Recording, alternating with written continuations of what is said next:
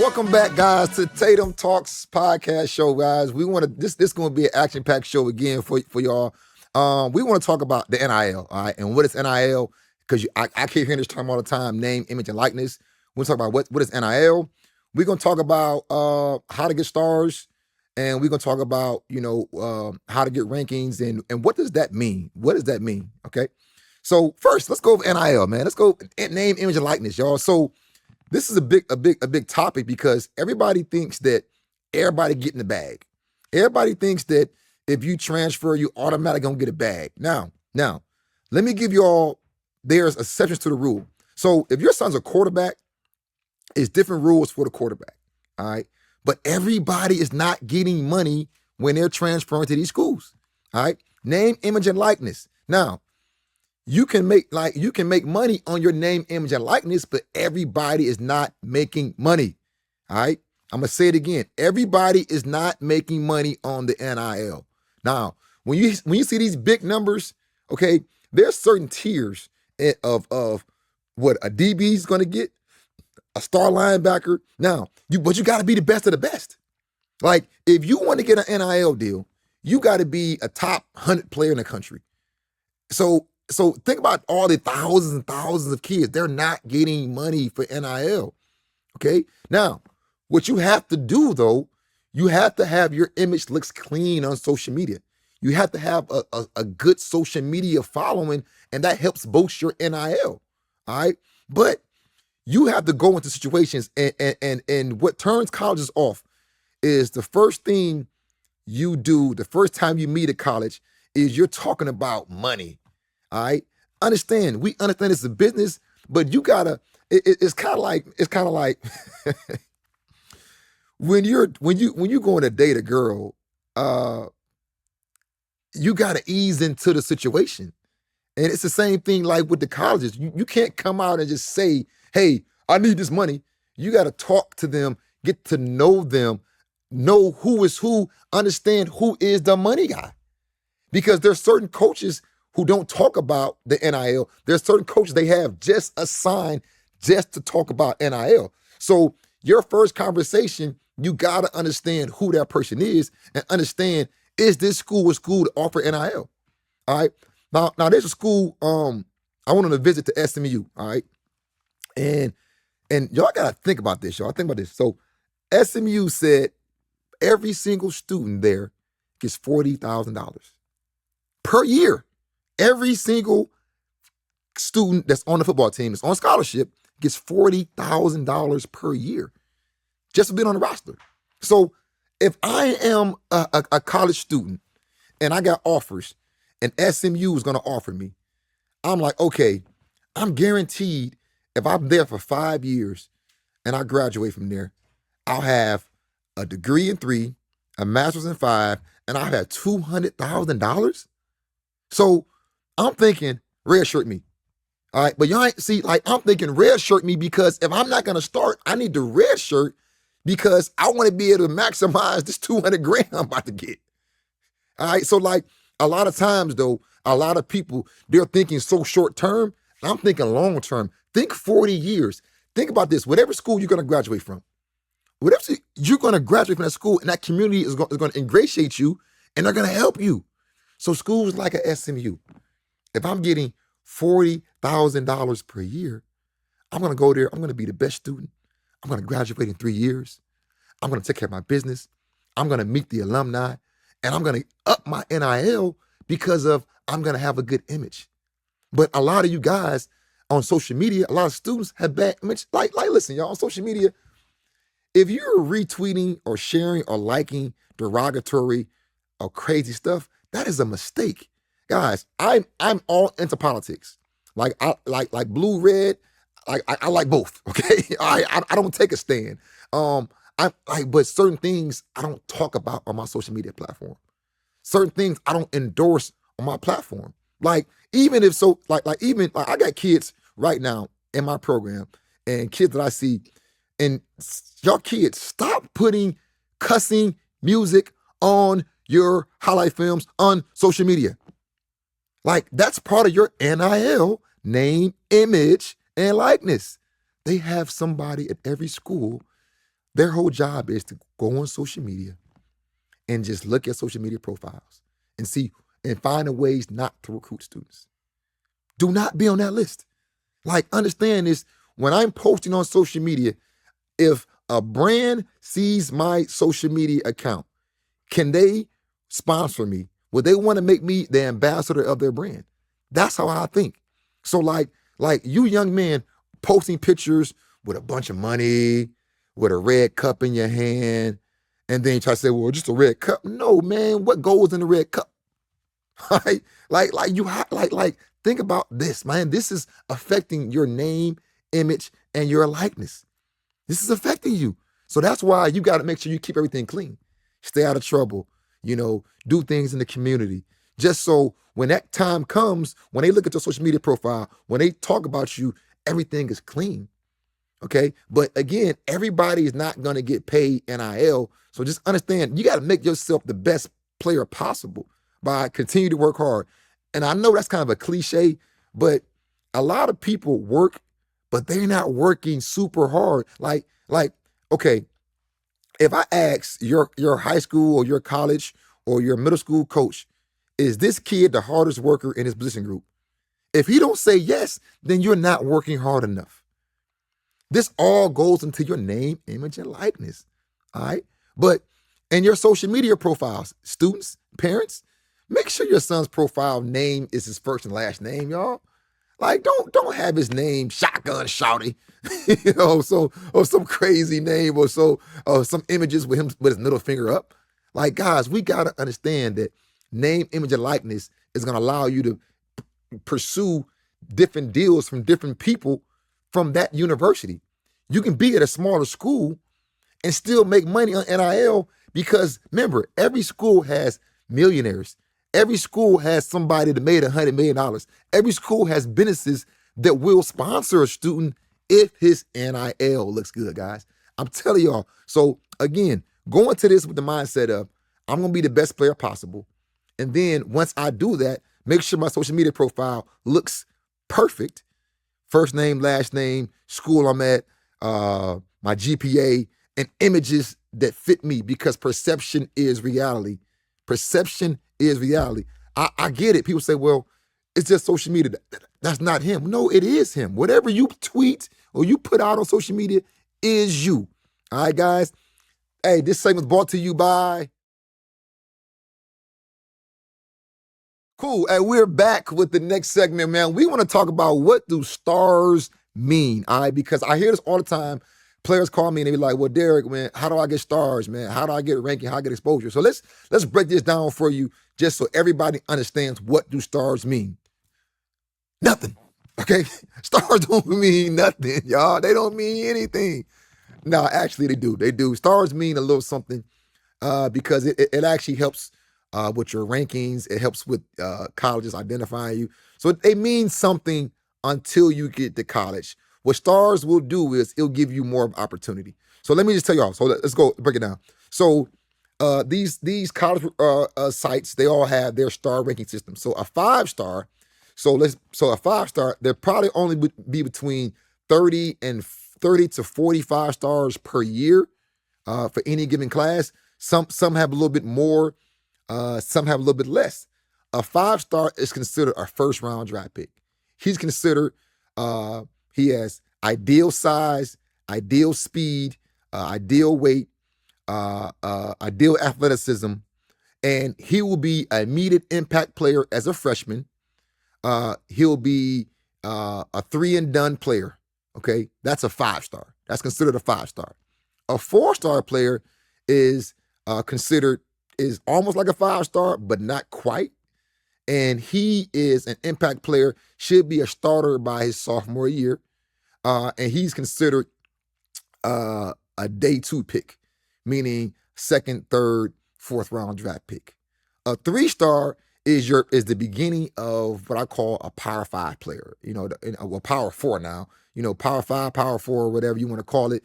These are the Georgias, the Alabamas, the Ohio States, the USCs, the big time schools with all the money. That's a Power 5 player.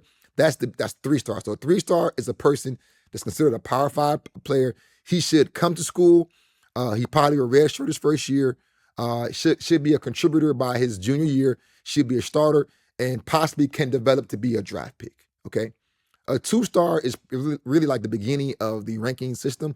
A 2-star is considered like a mid-major player, a HBCU type of player. That's a 2-star. That's like the beginning of a like college recruit. Okay, so that's the scale on stars. Now, here's the issue. A lot of people, they go into college and they really believe those stars matter. Now, what it will do is you being a 5-star, in their head, it'll give you more chances. I will say that. You come in and you a 5-star, you a top recruit, they're gonna give you more chances because they say this kid potential was through the roof. So you're gonna get more chances. But here's what I'm saying in college. So these high recruits, especially in Georgia area, and I live in Atlanta area, we're the most recruited area in the country, us in South Florida. But it's also the most over recruited area too. So what happens is, so I'm number one in Georgia. I'm the number one receiver, number one DB in Georgia, and I believe the hype because I'm number one. I'm ranked 4-star. I'm a 5-star. Now, there's kids from other towns, smaller areas, that he could be a 3-star.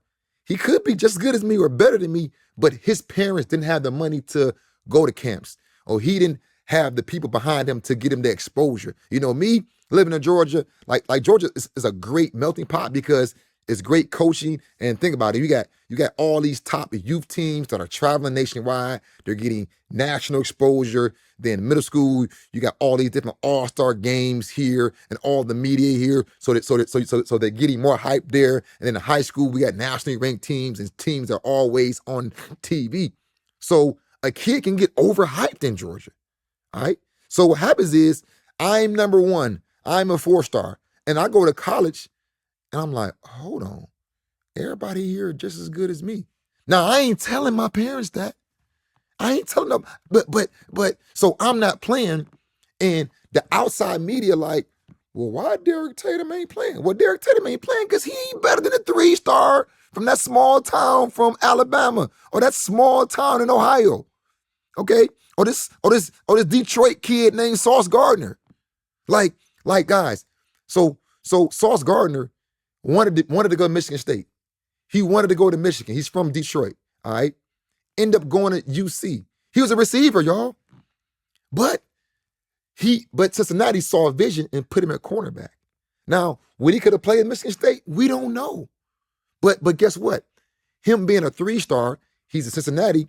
He was there. He developed there. And then they knew by the time he was a sophomore, he could be a starter. Started, and now he's one of the top corners in the NFL. So it's not where you start, it's where you end up finishing it. But again, imagine you a 5-star. You a 5-star guy. You a 5-star. You go in UC. You a 5-star from Georgia, from Florida, from California, from Texas. You had all the best training, all the best hype, all the travel. And then you pull up to UC, and Sauce Gardner in the locker room. Sauce Gardner in the locker room with 6'3", long, athletic dog. And he better than you. He better than you. So on the outside looking in, everybody gonna say, well, why Tatum ain't playing? Why this? Well, Tatum ain't playing because it's a dog that was a 3-star that's better than him. That's what it is. Guys, coaches want to play the best player. So understand this. Your rankings, your stars, it's gonna help you get there, but it won't help you in that locker room. You got to really be a dog. Hey, guys, this segment's brought to you by... Welcome back, man. Tatum Talks, man. This is a juicy show, guys. I want to get back and talk about how to survive in college, y'all. Guys, you want to take notes on this, right? This whole segment, you want to take notes on these stars. You want to take notes on the NIL and take notes on how to survive in college. Now, first things first, all right? This is how you survive in college. When you get to college, you got to come in, one, confident, okay, but not cocky. Humble, but not meek, okay? I'm humble, I'm confident, but I ain't cocky and I'm not soft, okay? 2, 3, you want to be a locker room guy, all right? What I mean is you want to be cool with people, but not cool with everybody. Like, there's going to be people in your locker room that's not going to like you because you are a good-looking guy. Not going to like you because the girls like him. Not going to like you because you come from a two-parent home. Not going to like you because the coach likes you. Not going to like you because you come from Georgia or you come from Florida and he believes you overrated. Not going to like you because he believes you came in with too much hype. So just understand, this is the natural dynamic of it. Like, everybody want to be kumbaya and love. No. There's going to be people in your locker room that you're not going to rock with, like, just for real. All right? And you can't let that bother you, though. You cannot. You got to stay locked in and say, all right, I'm cool with everybody, and I'm going to make friends with people that are inviting, and understand that I'm not going to be cool with certain guys. And I'm fine with that. All right. What you can't be is a person trying to please everybody. All right. Or a pushover. All right. So now, this is a rule that I'm telling you, you want to listen to this rule right here and take this to heart. You cannot be best friends with somebody that plays your same position. Again, you cannot be best friends with somebody that plays your same position.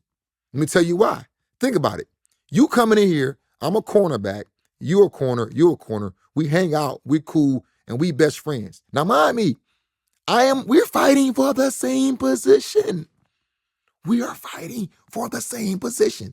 So, do I really want him to do good? Like, this the part, man, about football nobody want to talk about. Think about it.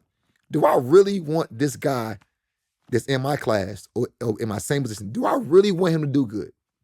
Like on the sidelines, you're secretly rooting against this guy. So that's a messed up feeling, guys. And we don't talk about this, but I'm bringing it to everybody so you can understand this, man.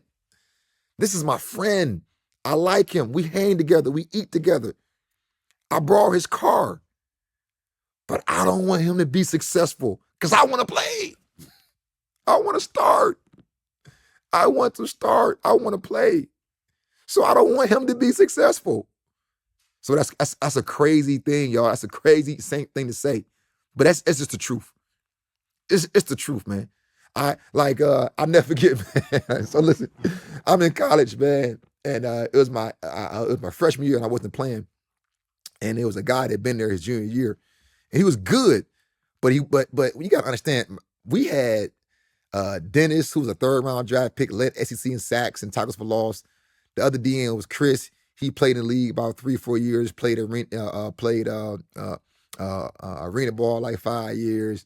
And then we had Sweet Pea, was drafted in the 3rd round. So the other guy, the 4th guy, wasn't getting much playing time. Oh, and we had Anwar Stewart, who ended up playing at in Canada, Defensive Player of the Year. Played there like 12 years. He played there multiple times, was the best. So we had some dogs. Now, the guy that wasn't playing much, he was a good player. He told me something that I'll never forget. He was like, man, college really make you a bad person. I'm like, what do you mean? He said, because truthfully, I mean, you can be cool with guys, but you're really waiting for somebody to get hurt or mess up so you can play. And I thought about it. I'm like, that's crazy to think about that, though. Like, this guy was really waiting for somebody to get hurt or mess up for him to play.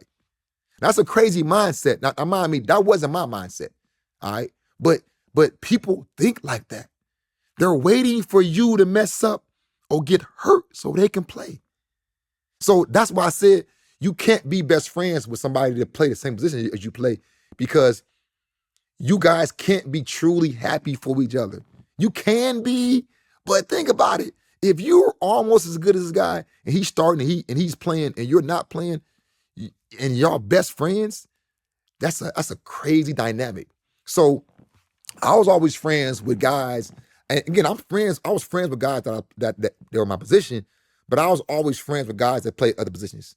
All right. And I'm telling you that right now, guys, think about that. Like you have to go in there consciously thinking about that.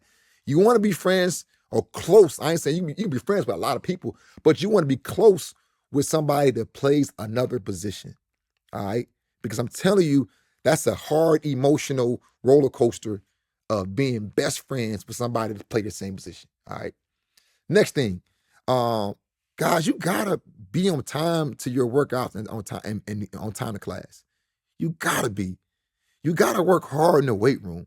Like, And again, that's a cliche, man, but you have to work hard. Like, I never forget, and you can ask anybody to know me. I would work as hard as I could during workouts, all right? And I would wait and I would work extra when somebody's doing something extra. And I would wait till everybody leave and work 20 minutes more just so I can say I'm the hardest worker today. And I would do that all the time. Because there's no other way. There's only one way. Like, some of y'all think, now there's some guys that are just freaks. There are some Randy Mosses out here, some Calvin Johnsons out here, where they're just athletic freaks. Jalen Ramsey's where guys who you just like, man, that kid just got it. Okay. But those guys work hard too. All right. So you got to understand, if you want to survive, you got to be a locker room guy. You got to be cool with people and understand you can't be best friends with somebody that is your same position. But also, you got to outwork everybody. And then you got to do something, like you got to give back. Like, a lot of football players are takers.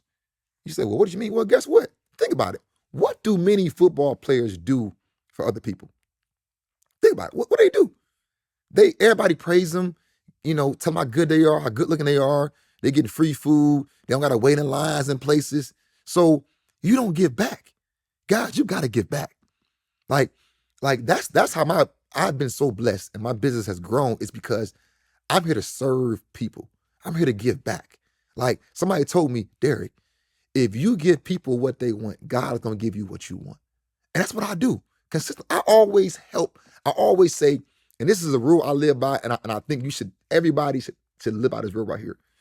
Any relationship that I have with anybody that I meet, I'm going to give you more than what you give me. Because I know if I give you more than what you give me, then God's going to bless me, and then now I'm making the world a better place. So think about that. If everybody you met said, I'm going to give you more than what you give me, then everybody would give more, and then people wouldn't be so at odds with each other, because they'll be trying to serve each other. And that's what I do. I try to serve people, guys. These are the steps that you want to do to survive in college, man. Okay? When you volunteer, when I say volunteer, I mean go meet some alumni, meet some people, some donors, and go volunteer. Volunteer your time. Don't just be a taker, be a giver. Guys, that is it, man. This is the Tatum Talks podcast, man. This is a great show, guys. Please leave a comment. Please subscribe here, guys. We're on Instagram at Elite Talent Football. We also a website, elitetalentfootball.com. Make sure you subscribe to the site and share this video. Share this video with your friends, guys, if you like it. Let's go.